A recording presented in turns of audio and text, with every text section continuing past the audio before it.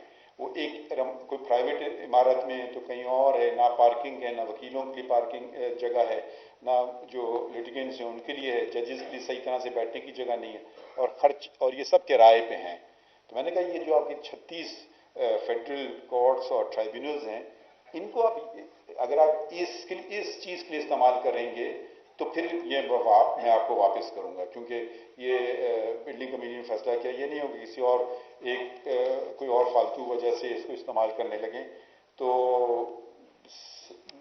اور بھی میٹنگز ہوئیں تو حکومت بھی خوش ہو گئی کہ بھئی ان کے بھی پیسے بچتے ہیں، اور ان نہ صرف ایک دفعہ کے لیے مگر ہر ماہ جو وہ کرائے دیتے ہیں یہ 36 جگہوں کے وہ بھی بچیں گے، اور ایک سیکیور لوکیشن ہوگا. وکیلوں کے لیے فائدہ ہوگا کہ بالکل ہائی کورٹ کے نزدیک ہے تو ایک جگہ گاڑی پارک کر دی دوسری جگہ جا سکتے ہیں. تو ہر لحاظ سے ہم نے دیکھا کہ اس کا کوئی منفی کچھ نہیں ہے، بس سب فائدے ہی فائدے ہیں. تو انشاءاللہ ابھی ہم کہہ رہے ہیں کہ ان کو جلدی کریں اب، کیونکہ ہم اس کو واپس لے لیں گے. اور بھی آپ اگر تھوڑا چلتے رہیں، یہ ایک اور ہماری آٹومیشن کمیٹی کی ہے. مختلف کمیٹیز ہیں سپریم کورٹ میں، یہ محمد علی مظہر صاحب اور سید منصور علی شاہ صاحب اس کے ہیڈز ہیں. لا کلرکشپ پروگرام کمیٹی ہے. پھر آپ یہ بھی ایک ٹیلی کاسٹ کمیٹی جس کا میں ذکر کر چکا ہوں. اور ایک اور اہم کمیٹی کہ اس پہ وکیلوں کی تنظیموں نے وقتاً فوقتاً کہا تھا کہ جو جج نامنیٹ کرنے کا جو سلسلہ ہے کہ وہ جوڈیشل کمیشن آف پاکستان جو نام بھیجے ان کے پاس، یہ اس سے خوش نہیں تھے. تو ہم نے کہا اس مسئلے کو ہم حل کرنے کی کوشش کرتے ہیں، اور یہ کمیٹی تشکیل دی گئی ہے، اور جلد ہی اس کمیٹی نے کافی کام کیا ہے، اور اس پہ بھی انشاءاللہ ہم جو میرے خیال میں یہ وکیلوں کی تنظیم اور عدلیہ میں ایسا کچھ فرق نہیں ہے اگر ایک ہی ہدف ہو، اور وہ ہدف ہے کہ لوگوں کو اچھے ججز اپوائنٹ کیے جائیں جو کام کرنا چاہتے ہیں، جن کا ریپوٹیشن اچھا ہے، جو قانون اچھی طرح سمجھتے ہیں. تو اس میں میرے خیال میں دو کوئی رائے نہیں ہو سکتی ہیں. تو ایک دوسرے کو شک کی نظر سے نہ دیکھیں، مگر ایک دوسروں کو سمجھیں کہ ہاں یہ بھی ہمارا ہاتھ بٹانے آئے ہیں. تو یہ کمیٹی نے اسی طرز پہ کام کیا ہے. انشاءاللہ اس پہ بھی آپ کو آگے چل کے ہم بتائیں گے. پھر اگلا ہے ہمارے کچھ انٹرنیشنل انگیجمنٹس ہوتے ہیں، کچھ ان کا تذکرہ ہے کہ آپ لوگوں کو پتہ چلے کہ یہ کچھ اور بھی ججز کو کرنا ہوتا ہے، کیونکہ دنیا سے ہم الگ نہیں ہونا چاہتے ہیں، دنیا میں رہتے ہیں، وہ ہم سے سیکھتے ہیں، ہم ان سے سیکھتے ہیں. تو ججز کے لیے بھی بہتر ہے. پھر ہمارے کچھ لوکل فنکشنز ہیں جہاں مجھے بلایا گیا، اور ادھر میں اس کی اگلی ہے. اب کئی قوانین ہیں پاکستان کے، یہ آپ دیکھیں گے یونیورسٹیز، آپ سوچیں گے یونیورسٹی سے ہمارا کیا تعلق ہے. کئی قوانین ہیں پاکستان کے جس میں لکھا گیا ہے کہ چیف جسٹس یا اس کا نمائندہ یونیورسٹی کے سنڈیکیٹ پہ یا بورڈ آف گورننس پہ ہوگا. مختلف نام استعمال کیے جاتے ہیں. تو ان میں سے ایک قائد اعظم یونیورسٹی ہے. میں کچھ کہنا تو نہیں ایسا چاہتا ہوں، مگر اس کو اگنور کیا گیا تھا پہلے. تو اگر آپ کو کسی قوم کی تقدیر بدلنا ہو تو میرے خیال میں تو اس کا ایک ہی طریقہ ہے، اور وہ ہے تعلیم. تو اگر تعلیمی ادارے بہتر ہو جائیں تو اس کے اور بھی بہت فائدے ہوتے ہیں. لوگ باہر تعلیم لینے نہیں جائیں گے، ملک کا فارن ایکسچینج بچتا ہے. نہ صرف یہ بلکہ باہر والے لوگ بھی پاکستان کی طرف آ سکتے ہیں کہ یہاں کی تعلیمی ادارے جو ہیں ان کا معیار بہت اچھا ہے، تو آپ فارن ایکسچینج کما بھی سکتے ہیں. تو یہ میں نے اپنے آپ خود ہی کیا قائد اعظم یونیورسٹی کی سنڈیکیٹ کی میٹنگ میں، اور یہ 22 ستمبر کو کچھ دن بعد ہی میرے چیف جسٹس بننے کی ہوئی، اور اس میں ایک بہت اہم فیصلہ لیا گیا کہ جو مارشل لاء کے زمانے میں جو وہ اسٹوڈنٹ یونینز پہ پابندی لگائی گئی تھی مارشل لاء آرڈر 84 کے تحت، ہم نے کہا کہ بحال کی جائیں اسٹوڈنٹ یونینز. تو یہ پہلا یہ ادھر فیصلہ ہوا اس قائد اعظم یونیورسٹی میں. اگلی میٹنگ انٹرنیشنل اسلامک یونیورسٹی کی تھی، جس کے چانسلر صدر پاکستان ہیں. تصویر میں آپ دیکھیں گے کہ وہ بھی بیٹھے ہیں، اور یہ بہت اہم یونیورسٹی ہے. دوسرے 2-3 اداروں کا بھی ذکر ہے اسی رپورٹ میں. ایک جوڈیشل کمیشن آف پاکستان کا 2 ججز، ایک نئے جج آئے سپریم کورٹ میں جسٹس عرفان سعادت خان صاحب، اور چیف جسٹس ہم نے اپوائنٹ کیے سندھ ہائی کورٹ کے. جب وہ سپریم کورٹ لائے گئے تو یہ دو میٹنگز ہوئیں ان کی. چیف جسٹس عقیل احمد عباسی صاحب سندھ ہائی کورٹ کے مقرر ہوئے. تو اگلا ہے سپریم جوڈیشل کاؤنسل کا. سپریم جوڈیشل کاؤنسل کو بھی کوشش کی جا رہی ہے کہ اس کو کوئی طریقے سے چلایا جائے. تو یہ نہیں کہ ایک اٹھا لیں کمپلینٹ، پرانی نہیں نئی، اور پرانی کو رہنے دیں. تو ہم نے جو پرانی سے آغاز کیا، جس میں وہ پروسیجر میں دیا گیا ہے کہ پہلے یہ کمپلینٹ بھیجی جائے گی کسی جج کو جو کہ سپریم جوڈیشل کاؤنسل کا ممبر ہے، وہ اپنی رائے دے گا. تو جن میں رائے آ چکی تھیں، میرے خیال میں 30 یا 32 تھیں، ان سے ہم نے آغاز کیا. تو وہ کمپلینٹ چلیں. اب میں نے کچھ دن پہلے مزید جو ہمارے پاس کمپلینٹس پڑی ہوئی ہیں، کچھ 100 ہیں، وہ میں نے کچھ ججز کو بھیجی دیکھنے کے لیے کہ وہ اپنا اوپینین دے. تو مطلب اگر یہ چیزیں ہوتی گئی ہوتی تو میرے خیال میں اتنی کمپلینٹ جمع نہیں ہو گئی ہوتی. تو مگر اب دیر آئے درست آئے جیسے کہا جاتا ہے کہ پتہ نہیں آپ لوگ اگری کریں گے یا نہیں. ایک اور ادارہ بھی ہے، بہت اہم ادارہ ہے، جو ہمارے اب ججز، کبھی کبھی وکیلوں کو بھی بلایا جاتا ہے، فیڈرل جوڈیشل اکیڈمی کا. یہ بھی ایک قانونی ادارہ ہے. اس کی بھی میٹنگ کئی سالوں سے ہوئی نہیں تھی. تو اس کی میٹنگ میں تمام چیف جسٹس صاحبان جو اس کے ممبران ہیں بورڈ آف گورننس کے، انہوں نے شرکت بھی کی. لاء منسٹر نے، جو کہ وائس چیئرمین ہے، میں اس کا وہ ہوں چیئرمین، اور اٹارنی جنرل بھی اس کے ممبر ہیں. تو یہ سب پورا بورڈ آف گورننس کی میٹنگ ہوئی. یہ میٹنگ ہوئی تھی 25 ستمبر کو، اور سب اس میں شامل تھے جتنے بورڈ پہ تھے. اور میں نے منتخب کیا ڈائریکٹر جنرل اس ادارے کا. اور کیونکہ یہ اتنا کام ہوتا ہے چیف جسٹس کا کہ اگر آپ ہر چیز خود کریں تو کبھی کبھی ہوتا ہے کہ کچھ بھی آپ نہ کر پائیں. تو سید منصور علی شاہ کو میں نے ایکسپرٹ ایڈوائزر، یہ نہ سمجھیں کہ ان کو مزید پیسے ملتے ہیں، مزید کام کرنا ہوگا، مگر تو ایکسپرٹ ایڈوائزر کے جو ہوتا ہے نا روزانہ کے معاملات وہ دیکھ سکیں. اور یہ نہیں کہ بورڈ میٹنگ تو کبھی کبھی بلائی جاتی ہے، تو ان کو نامنیٹ کیا. اور ان کے مشورے پر ہی ہم نے 4 جوڈیشل آفیسرز کو بھی اپوائنٹ کیا ہے جو ینگ ٹیچرز ہیں. یہ اگلے دن اس کا بھی فنکشن ہوا تھا، تو شاید آپ اس سے بخوبی آپ کو علم ہو اس کا. تو یہ ایک آپ تک معلومات پیش کی جا رہی ہے سپریم کورٹ کی طرف سے پہلی دفعہ.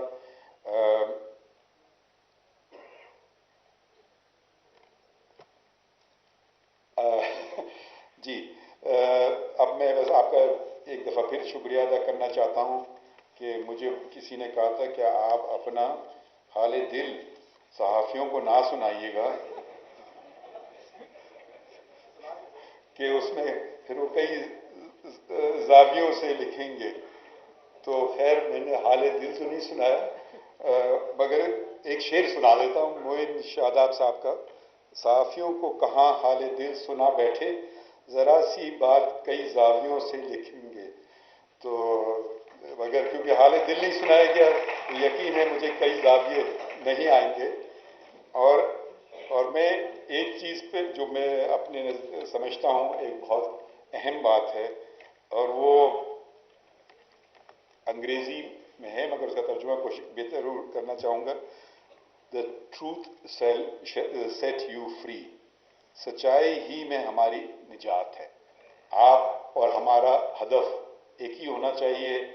کبھی آپ ہم سے اگری کریں نہ کریں وہ آپ کا حق ہے، مگر ہدف میرے خیال میں اس میں کوئی فرق نہیں ہے، نہ صرف آپ کا بلکہ ہر شہری کا. پھر میں ایک دفعہ شکریہ ادا کرتا ہوں کہ مجھے آپ لوگوں نے بلایا اور اس اہم ورکشاپ میں شرکت کا موقع دیا. شکریہ.